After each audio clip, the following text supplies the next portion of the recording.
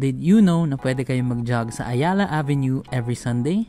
Yes, the Ayala Avenue na on weekdays sobrang busy pero tuwing Sunday walang mga sasakyan dito. Samahan nyo kami sa jogging namin and see how it looks. Hi friends, Miles here at yes po Ma'am Jess, good health sa 2024 pa din ang goal natin and so far, we're doing great. Wala pa akong tulog but we headed out early para makapag-jogging. Andito kami sa Ayala Avenue, Makati and a good part of it is closed out. When I say closed out, meaning walang mga sasakyan na pwedeng dumaan to make way for joggers and bikers. This happens every Sunday from 6 a.m. to 10 a.m. The best thing, this is completely free. Wala kayong babayaran. And for context, Makati is one of the biggest central business districts dito sa Philippines. And a lot of offices and corporate establishments are located here. Kaya naman, if you choose to go during this time, you will have this odd feeling na, teka, ito ba talaga yung busy streets ng Makati? Kasi puro tao at hindi sasakyan mga makikita mo.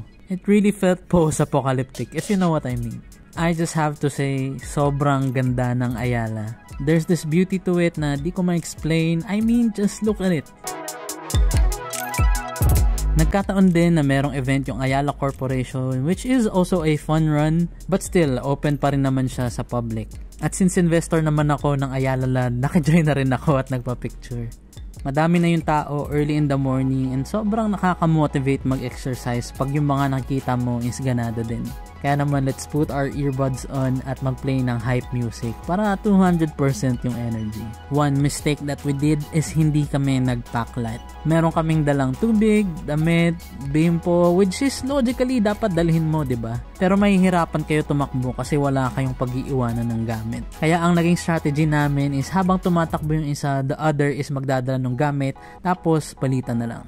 We started running and I can't help but be amazed sa ganda ng Ayala. Yung beautiful sunrise, that vitamin D hitting your skin, at yung satisfying feeling na lumalabas lahat ng grasa mo sa katawan. Pagtagal may naririnig akong mga small voices. Sinasabi nila na mag-resign ka na tapos lipat ka dito.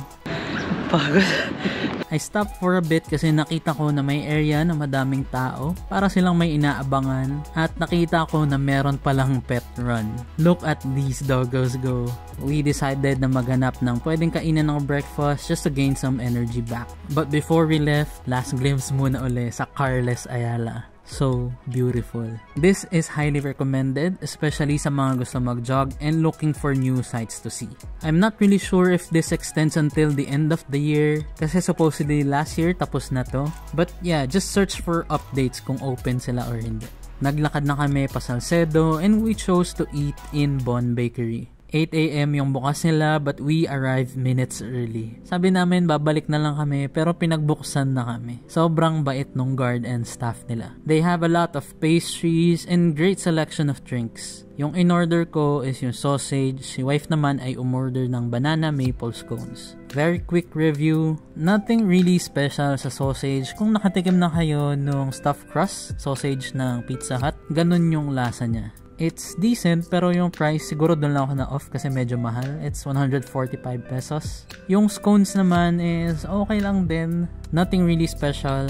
Umorder din ako ng drinks yung may berries. For 225 pesos, I was expecting something pero hindi ako gaanong na-impress. Overall, the food is average pero yung service nila sobrang okay. At this point, sobrang pagod na kami and masakit na din yung legs ko tsaka yung paa ko. Kaya it's good na nakapagpahinga kami. I still can't move on sa ganda ng Ayala na na-witness namin. So we promise to come back. And hopefully sa mga nakita nyo na-encourage din kayo pumunta kasi it's a sight to see. Yun lang. Thank you for watching. Like, share, subscribe. Wag me and I'll see you in the next one.